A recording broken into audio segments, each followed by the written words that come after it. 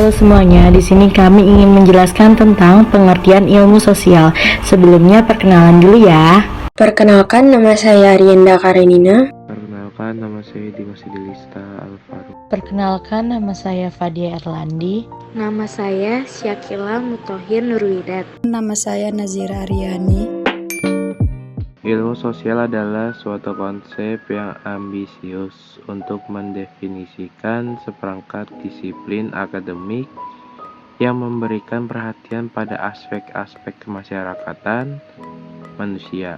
Ilmu-ilmu sosial mencakup sosiologi, antropologi, psikologi, ekonomi, geografi sosial, politik, bahkan sejarah.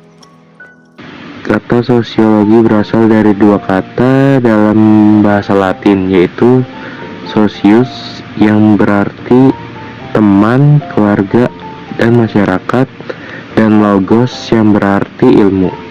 Jadi secara keseluruhan dapat diartikan sebagai ilmu yang mempelajari tentang masyarakat. Tujuan sosiologi ialah tujuan ilmu sosiologi ialah untuk memperoleh pengetahuan yang mendalam tentang masyarakat. Selain itu, sosiologi juga bertujuan untuk meningkatkan pemahaman terhadap ciri-ciri dan sifat-sifat masyarakat, serta meningkatkan daya adaptasi diri dengan lingkungan hidupnya, terutama lingkungan sosial budaya. Manfaat ataupun guna dalam mempelajari ilmu sosiologi. Yang pertama, dapat dijadikan alat dan sarana untuk memahami berbagai perilaku masyarakat tertentu. Yang kedua, sebagai alat untuk mengetahui struktur masyarakat, pola-pola interaksinya.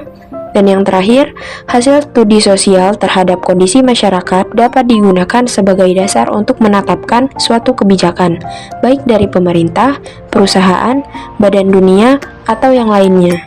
Selanjutnya ada pengertian antropologi. Secara harfiah, antropologi berasal dari bahasa Yunani, yaitu anthropos berarti manusia, dan logos artinya ilmu. Antropologi berarti ilmu yang mengkaji manusia, untuk memperoleh pengertian atau pemahaman tentang manusia dengan mempelajari aneka warna, bentuk fisik, masyarakat, dan kebudayaannya. Menurut Penjaraningrat bahwa antropologi dapat dibagi dua, yaitu sebagai berikut. Yang pertama, antropologi fisik, yaitu menyelidiki manusia sebagai makhluk biologis dan mempelajari manusia dari sudut jasmaninya. Dalam hal ini, yang diselidiki adalah asal-usul manusia, perkembangan evolusi organik, struktur tubuh, dan kelompok-kelompok manusia yang disebut ras. Yang kedua, antropologi budaya, yaitu menyelidiki kebudayaan manusia pada umumnya dan kebudayaan-kebudayaan dari berbagai bangsa di dunia. Pengertian ekonomi. Ilmu ekonomi adalah ilmu yang mempelajari kebutuhan manusia dan upaya-upaya untuk memenuhi kebutuhan manusia guna mencapai kemakmuran. Ilmu ekonomi dapat dibedakan menjadi dua, yaitu yang pertama, ekonomi makro adalah sebuah ilmu yang mempelajari tentang perekonomian sebuah negara secara komprehensif. Yang kedua, ekonomi mikro adalah ilmu ekonomi yang mempelajari tentang kurva, permintaan dan penawaran yang kemudian turut membantu memahami pula hubungan antara perubahan upah, pola pekerjaan yang sesuai, serta memahami variabel lainnya.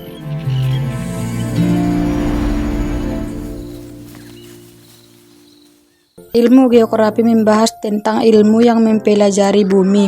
Pengertian bumi dalam geografi tidak hanya berkenaan dengan visi alamiah bumi saja, melainkan juga meliputi segala gejala dan proses alamnya, maupun gejala dan proses kehidupannya.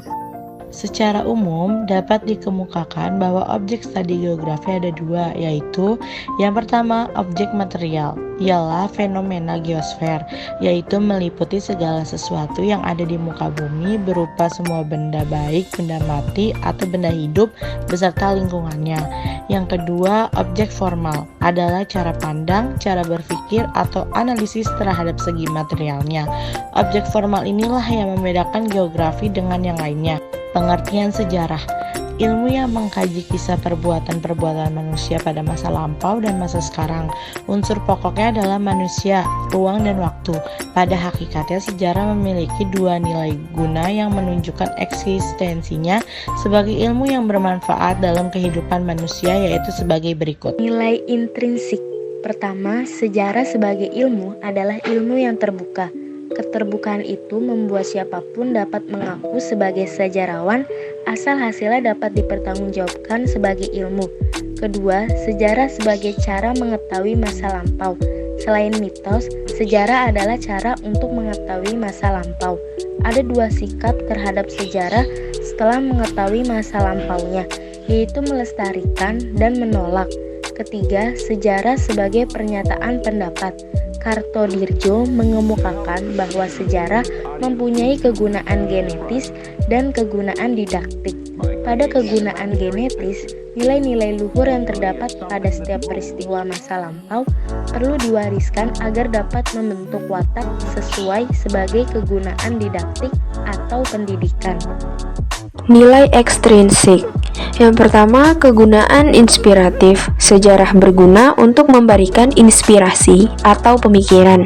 Berbagai peristiwa pada masa lampau akan memberikan inspirasi pada pembentukan moral dan karakter bangsa.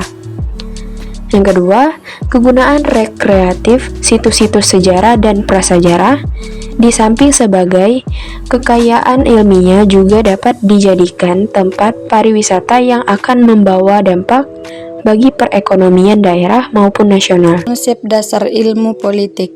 Ilmu politik merupakan ilmu yang mempelajari tentang suatu segi khusus dari kehidupan masyarakat yang menyangkut soal kekuasaan.